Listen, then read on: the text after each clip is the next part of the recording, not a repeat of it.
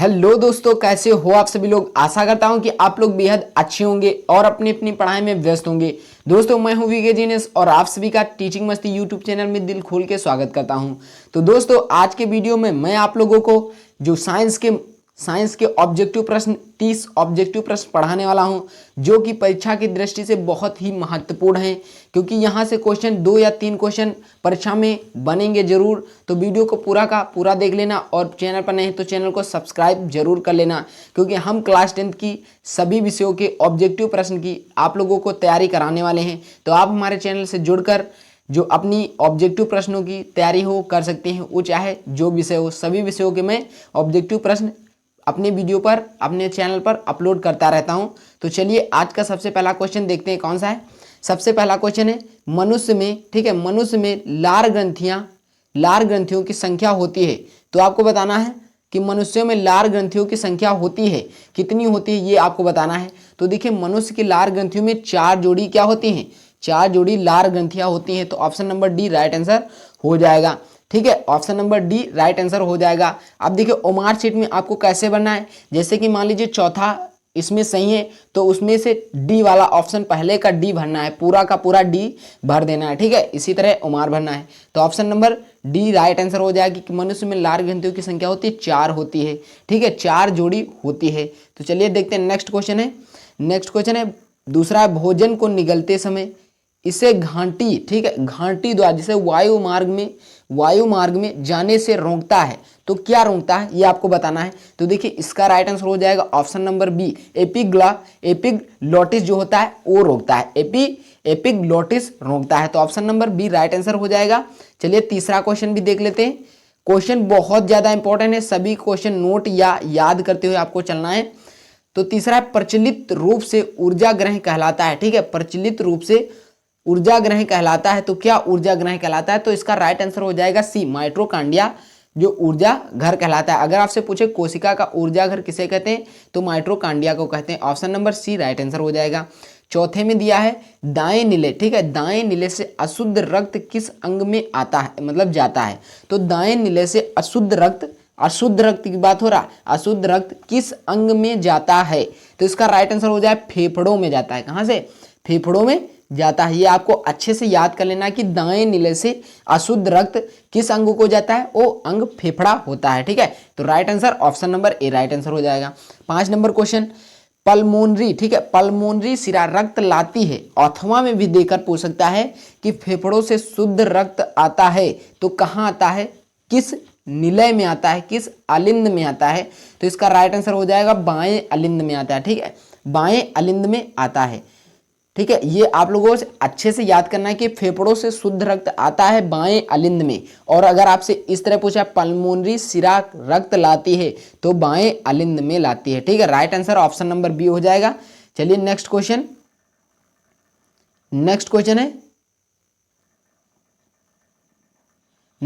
है हीमोग्लोबिन। ठीक है, हीमोग्लोबिन महत्वपूर्ण भूमिका निभाता है। तो कौन सा राइट आंसर हो जाएगा कि हीमोग्लोबिन महत्वपूर्ण भूमिका निभाता है।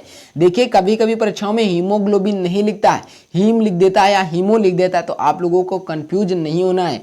तो हीमोग्लोबिन महत्वपूर्ण भूमिका निभाता है, किसमें निभाता है, तो श्वसन में निभाता है। किसमें निभाता है, श्वसन में जो हीमोग्लोबिन होता है महत्वपूर्ण भूमिका निभाता है। अगर आपसे पूछे रक्त किसकी वजह से लाल होता है, तो किसके वजह से लाल होता है, हीमोग्लोबिन की वजह से लाल होता है। तो ऑप्शन नंबर इसका बी हो जाएगा कि हीमोग्लोबिन महत्वपूर्ण भूमिका निभाता है, श्वसन में महत्वपूर्ण भूमिका निभाता है। जो 7 नंबर क्वेश्चन है, मनुष्य के हृदय में कोष्ठों की संख्या होती है। तो देखिए, आप लोगों को बताना है कि मनुष्य के हृदय में कोष्ठों की संख्या होती है, कितनी होती है, 4 होती है। कितनी, 4 होती है। मनुष्य के हृदय में कोष्ठों की संख्या 4 होती है। Option number D right answer हो जाएगा। देखिए, जो छठा नंबर क्वेश्चन था वो 13 में पूछा गया था, 17 में भी और 22 में भी पूछा गया था, यानी कि 22 में पूछा गया, यानी कि 23 में 100% आएगा ही आएगा। तो अच्छे से याद कर लीजिए इन क्वेश्चनों को। देखिए 8 नंबर, आहार नाल की सी के आकार की संरचना होती है या है।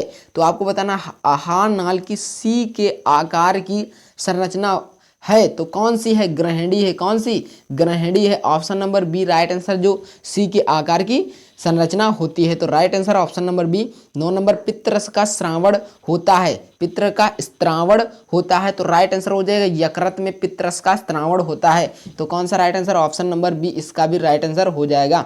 यकृत में होता है, कहाँ, यकृत में होता है या यकृत से होता है। तो 10 नंबर क्वेश्चन, 10 नंबर क्वेश्चन है, 10 नंबर क्वेश्चन है, द्वार कोशिकाएं पाई जाती हैं। तो आपको बताना है कि द्वार कोशिकाएं कहाँ पाई जाती हैं। तो इसका राइट आंसर हो जाए, रंध्रों में नहीं लगाना है आप लोगों को। बहुत सारे बच्चे रंध्रों में लगा देंगे, लेकिन वात रंध्रों में होता है। कहाँ होता है, वात रंध्रों में होता है। जो द्वार कोशिकाएं पाई जाती हैं वात रंध्रों में पाई जाती हैं। कहाँ पाई जाती हैं, वात रंध्रों में पाई जाती हैं। Option number C right answer हो जाएगा। चलिए देखते हैं नेक्स्ट क्वेश्चन कौन सा है। देखिए क्वेश्चन मैंने आप लोगों को बता ही दिया, बहुत ज़्यादा इंपॉर्टेंट है। सभी क्वेश्चन याद करते हुए आपको चलना है। और वीडियो पसंद आ रहा हो तो वीडियो को लाइक जरूर कर देना, चैनल पर नए चैनल को सब्सक्राइब कर लीजिए। देखिए 11 नंबर क्वेश्चन है, मनुष्य में प्रमुख उत्सर्जी अंग है। तो कौन सा प्रमुख उत्सर्जी अंग होता है। तो राइट आंसर हो जाएगा वृक्क, जो होता है वो मनुष्य में उत्सर्जी अंग होता है। कौन सा अंग है, ठीक है। जो 12 नंबर क्वेश्चन है, बोमेन संपुट का भाग है। तो आपको बताना है बोमेन संपुट का भाग है। तो राइट आंसर हो जाएगा पित्त, राइट आंसर हो जाएगा बोमेन जो संपुट का भाग है। ऑप्शन नंबर ए दिया पित्त वाहिनी का, ऑप्शन नंबर बी दिया अग्नाशय वाहिनी का, या सी दिया है प्रोस्टेट ग्रंथि का। तो राइट आंसर इसका हो जाएगा वृक्क नलिका का, ठीक है। वृक्क नलिका का जो बोमेन संपुट का भाग है, option number D right answer हो जाएगा। 13 नंबर क्वेश्चन, ग्लाइकोजेनेसिस, ठीक है, ग्लाइकोजेनेसिस क्रिया में बनता है। आपको बताना है कि ग्लाइकोजेनेसिस, ठीक है, जेनेसिस क्रिया में बनता है। तो क्या बनता है, तो बनता है ग्लाइकोजन बनता है। क्या, ग्लाइकोजन बनता है। Option number B right answer हो जाएगा, ठीक है, ग्लाइकोजन बनता है। जो 14 नंबर क्वेश्चन है, क्वेश्चन मैंने बता रहा हूँ बहुत ज़्यादा इंपॉर्टेंट है। सभी के सभी क्वेश्चन याद करते हुए आपको चलना है। 14 नंबर क्वेश्चन है, मनुष्य में वृक्क एक तंत्र का भाग है जो संबंधित है, ठीक है। मनुष्य में वृक्क जो होता है एक तंत्र का भाग है जो संबंधित है। उसके अथवा में भी दिया है मानव वृक्क का कार्य होता है। मानव वृक्क का कार्य क्या होता है। देखिए 2019 में ये वाला पूछा गया और 2020-22 में ये वाला मानव वृक्क का कार्य होता है पूछा गया। 2023 में 100% आएगा, ठीक है, 100% आएगा। ये आप लोग अच्छे से समझ लो। मानव वृक्क का कार्य होता है, तो राइट आंसर हो जाएगा उत्सर्जन। मानव वृक्क का कार्य होता है उत्सर्जन। क्या होता है, उत्सर्जन। Option number C right answer हो जाएगा। चलिए नेक्स्ट क्वेश्चन है, पादम में जाइलम जो होता है उत्तरदायी है। तो इसका राइट आंसर हो जाएगा पादम में जाइलम उत्तरदायी है। तो राइट आंसर जल के संवहन हेतु, किसके, जल के संवहन हेतु क्या होता है, उत्तरदायी होता है। Option number A right answer हो जाएगा। देखिए 2019 में, 20 में एंड 22 में पूछा गया, 2023 में 100% पूछा जाएगा। जो नेक्स्ट क्वेश्चन है, स्वपोषी पोषण के लिए आवश्यक है। तो आपको बताना है कि स्वपोषी, ठीक है, स्वपोषी पोषण के लिए आवश्यक है। तो राइट आंसर देखिए स्वपोषी जो भोजन अपना स्वयं बनाते हैं, ठीक है, तो उनके लिए कार्बन डाइऑक्साइड की भी जरूरत होती है, क्लोरोफिल की भी आवश्यकता होती है, सूर्य का प्रकाश भी जरूरी होता है। तो यानी कि ऑप्शन नंबर डी ये सभी आवश्यक होते हैं। देखिए 19, 20, 22 में पूछा गया और 23 में भी पूछा जाएगा, ठीक है। तो 17 नंबर क्वेश्चन है, आप लोग सब क्वेश्चन याद कर लीजिए। 17 नंबर क्वेश्चन है, कोशिका प्रक्रमों में ऊर्जा मुद्रा है।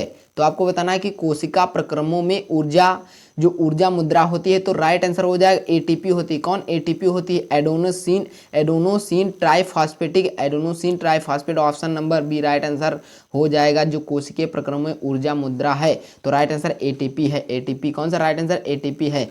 सभी क्वेश्चन इसी क्लास में मैं याद कराने की कोशिश करूंगा। 18 नंबर क्वेश्चन, निम्नलिखित समीकरणों में से कौन सा समीकरण प्रकाश संश्लेषण प्रक्रिया का माना जाता है। तो राइट आंसर कौन सा हो जाएगा। देखिए प्रकाश संश्लेषण अभिक्रिया के लिए कौन कौन सी आवश्यकता होती है, क्लोरोफिल की होती है। देखिए कौन सी, CO2 की होती है, मतलब कार्बन डाइऑक्साइड की होती है, जल की होती है, क्लोरोफिल की होती है, और सूर्य का प्रकाश की आवश्यकता होती है। तो देखिए इसमें ऑप्शन नंबर सी दिया हुआ है। तो ऑप्शन नंबर सी में क्लोरोफिल भी है, सूर्य का प्रकाश भी है। और देखिए पहले में क्या है, ना तो सूर्य का प्रकाश है और ना तो क्लोरोफिल है। दूसरे में सूर्य का प्रकाश है लेकिन क्लोरोफिल नहीं है, ठीक है। तो ये राइट आंसर होगा ही नहीं। तो इसमें देखिए option number C right answer हो जाएगा। ठीक है, option number C right answer हो जाएगा, क्योंकि वो क्रिया के बाद क्या O2 गैस बनती है, O2 और H2O बनता है। तो देखिए यहाँ पर दिया है CO2 गैस बनती है। ठीक है, CO2 गैस के जब CO2 के साथ जल का और क्लोरोफिल और सूर्य का प्रकाश के साथ अभिक्रिया होगी तो CO2 गैस नहीं बनती है, क्या बनती है, O2 गैस बनती है और जल बनता है। तो राइट आंसर कौन सा हो जाएगा, option number C right answer हो जाएगा। आप लोग इस तरह समझना है, बहुविकल्पी प्रश्न है। ठीक है, बहुविकल्पी प्रश्न है, सभी अच्छे से याद कर लीजिए। 19 नंबर क्वेश्चन, 19 नंबर क्वेश्चन है, यकृत स्रावित करता है। आपको बताना है कि यकृत स्रावित करता है तो पित्तरस यकृत स्रावित करता है। क्या पित्तरस स्रावित करता है, option number B right answer हो जाएगा। पादपों में वायु प्रदूषण कम करने वाली प्रक्रिया है, तो ये आप लोग अच्छे से याद कर चुके होंगे, प्रकाश संश्लेषण है। कौन सी, प्रकाश संश्लेषण है। पादपों में वायु प्रदूषण कम करने वाली प्रक्रिया है। ठीक है, प्रकाश संश्लेषण है, option number B right answer हो जाएगा। 21 नंबर, यूरिया का निर्माण होता है। तो यूरिया का निर्माण कहाँ होता है, यूरिया का निर्माण कहाँ होता है, यूरिया का निर्माण कहाँ होता है, यकृत में होता है। कहाँ होता है, यकृत में होता है, option number A right answer, option number A right answer. देखिए यहाँ देखिए 2017-18, 2017-19-18 में पूछा गया है। ठीक है, और जो 22 नंबर क्वेश्चन है, फ्लोएम द्वारा भोजन का स्थानांतरण होता है। तो फ्लोएम द्वारा, ठीक है, फ्लोएम द्वारा पूछ रहा है, फ्लोएम द्वारा भोजन का स्थानांतरण होता है सुक्रोज के रूप में। किसके, सुक्रोज के रूप में फ्लोएम द्वारा भोजन का स्थानांतरण होता है, option number A right answer हो जाएगा। नेक्स्ट क्वेश्चन, नेक्स्ट क्वेश्चन है प्रकाश संश्लेषण। ठीक है, प्रकाश संश्लेषण अभिक्रिया में O2 का जो मुक्त O2 का स्रोत होता है। तो आपको बताना है प्रकाश संश्लेषण क्रिया में जो O2 का मुक्त स्रोत होता है, तो इसका राइट आंसर हो जाएगा जल। जो ऑक्सीजन होती है जल से निकलती है। ठीक है, जल से निकलती है और प्रकाश संश्लेषण क्रिया के बाद, तो option number B right answer हो जाएगा। चलिए next question, next question very very important question, सभी के सभी क्वेश्चन याद करते हुए आपको चलना है। नेक्स्ट 24 नंबर क्वेश्चन है, खाद्य पदार्थों का स्थानांतरण होता है। तो आपको बताना है कि खाद्य पदार्थों का स्थानांतरण होता है। तो देखिए खाद्य पदार्थों का स्थानांतरण फ्लोएम द्वारा होता है। ठीक है, फ्लोएम द्वारा खाद्य पदार्थों का स्थानांतरण होता है और जाइलम द्वारा जल का। ठीक है, जाइलम द्वारा जल का होता है, फ्लोएम द्वारा किसका, खाद्य पदार्थों का होता है। तो इसका राइट आंसर हो जाए option number C right answer हो जाएगा, option number C right answer. Dixon, ठीक है, डिक्सन एवं जोली, डिक्सन एवं जोली संबंधित है। डिक्सन जोली संबंधित है, तो किससे संबंधित है, रसारोहण से संबंधित है। किसे, रसारोहण से संबंधित है, option number A right answer हो जाएगा। चलिए नेक्स्ट क्वेश्चन, नेक्स्ट क्वेश्चन है आहार नाल की, ठीक है, आहार नाल की पेशीय संकुचन को कहते हैं। तो राइट आंसर कौन सा हो जाएगा कि आहार नाल के पेशीय संकुचन को कहते हैं, तो क्रमांकुंचन कहते हैं। क्या, क्रमांकुंचन कहते हैं, option number C right answer हो जाएगा। कौन सा, option number C right answer हो जाएगा। 17 नंबर क्वेश्चन, ग्लाइकोलिसिस, ठीक है, ग्लाइकोलिसिस प्रक्रिया में क्या अंतिम उत्पाद प्राप्त होता है। तो राइट आंसर कौन सा हो जाएगा, ग्लाइकोलिसिस प्रक्रिया में, ठीक है, अंतिम उत्पाद प्राप्त होता है पायरूबिक अम्ल प्राप्त होता है। क्या, पायरूबिक अम्ल प्राप्त होता है, option number A right answer हो जाएगा, पायरूबिक अम्ल प्राप्त होता है। चलिए नेक्स्ट क्वेश्चन, नेक्स्ट क्वेश्चन है ग्लाइकोलिसिस की प्रक्रिया में संपन्न होती है। तो ग्लाइकोलिसिस की प्रक्रिया संपन्न होती है, कहाँ संपन्न होती है, पूर्ण कहाँ होती है। तो राइट आंसर कोशिका द्रव्य में। कहाँ, कोशिका द्रव्य में जो ग्लाइकोलिसिस की प्रक्रिया पूर्ण होती है। तो अगर आपसे पूछे ग्लाइकोलिसिस की क्रिया में अंतिम उत्पाद क्या होता है, तो पायरूबिक अम्ल होता है। पूछे, अगर आपसे पूछ रहा है ग्लाइकोलिसिस की प्रक्रिया संपन्न होती है तो कोशिका द्रव्य में संपन्न होती है, option number A right answer. पौधों में 29 नंबर क्वेश्चन, पौधों में प्रकाश संश्लेषण द्वारा भोजन का निर्माण होता है। तो ये आप लोगों को अच्छे से याद हो जाना चाहिए, पत्तियों में होता है। कहाँ होता है, पत्तियों में। पौधों में प्रकाश संश्लेषण द्वारा भोजन का निर्माण पत्तियों में होता है। कहाँ, पत्तियों में होता है, option number B right answer हो जाएगा। नेक्स्ट क्वेश्चन, लास्ट क्वेश्चन, प्रकाश संश्लेषण अभिक्रिया होती है। तो प्रकाश संश्लेषण अभिक्रिया होती है तो कहाँ होती है। देखिए प्रकाश संश्लेषण अभिक्रिया जो होती है हरित लवक के ग्रेना में होती है। कहाँ होती है, हरित लवक के ग्रेना में होती है। लेकिन आपसे अगर अप्रकाशीय अभिक्रिया पूछे तो हरित लवक के स्ट्रोमा में होती है।